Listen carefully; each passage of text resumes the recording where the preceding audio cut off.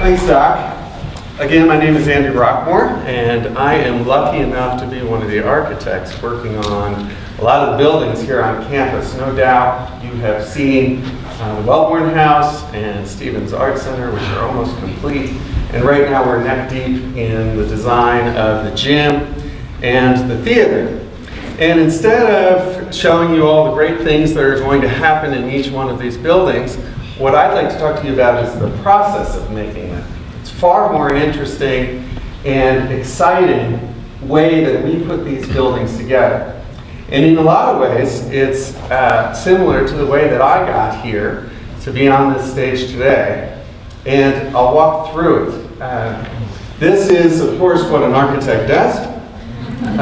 Right? We all stand at our lectern and design great things. But actually, it's far more scary in a way, and it can be not only scary but messy, right? When we don't know what we want to do and we have to figure out, really search for answers that aren't just easily in a book. So going back to when I was your age, when I didn't really know what I wanted to do with my life, I was lucky enough to go to the local college in upstate New York, where I'm from, and walked up into a space just like this. This is an architect's studio, and I had no idea that a space like this existed, where you could think through problems and explore. And again, what an incredible mess this is, right? What a wonderful mess this is. So after 5 years of studying architecture, I still wasn't really sure where I wanted to practice architecture. So a friend of mine and I got in a VW bus and decided to drive around and find that out in that search for where do we go? Where do we end up?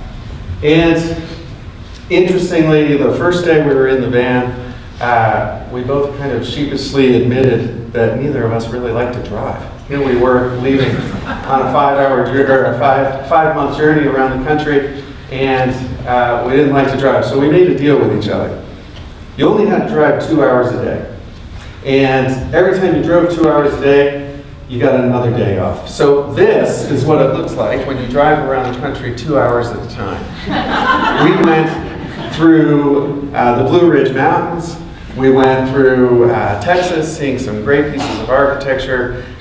We finally got ourselves out to the west. This was the first time I had ever been out to the west. Amazing landscape that we all know and love. This is jumping off sand dunes in New Mexico. And we, after 5.5 months, we were headed back to New York and actually ended up in Denver and ran out of money. I had $4.29 to my name. And it was time to get a job, of course, right? So over the years, I got a job, was fortunate enough to be an architect, and worked on some really fun projects. Spent 4 years of my life working on the Millennium Bridge here in Denver. And now, I'm lucky enough to work with 50 other people, 50 other architects in an office that looks just like that architect studio in college. And again, that process is really similar to what we do every day, how we search for solutions that aren't in a book, that aren't formulaic. And it's so similar to what we've done here on this building in the theater. So what I want to do for you guys is just run through that messy process of figuring the theater out. It started, this was our first sketch. We know the problems with the theater, that you have to walk in on stage here, and there aren't enough seats. Sure, it would be nice to have some air conditioning, of course. A lot of problems, and let's add a dance studio. So this was our first sketch. We thought we had it all figured out. It works, right? We come in from the back, and we built it three-dimensionally, and we realized it kind of looks like a turtle. It's not good. It's not good. So back to the drawing board, right? Take one step forward, one step back. So we reorganized the whole thing. We put glass around the edge.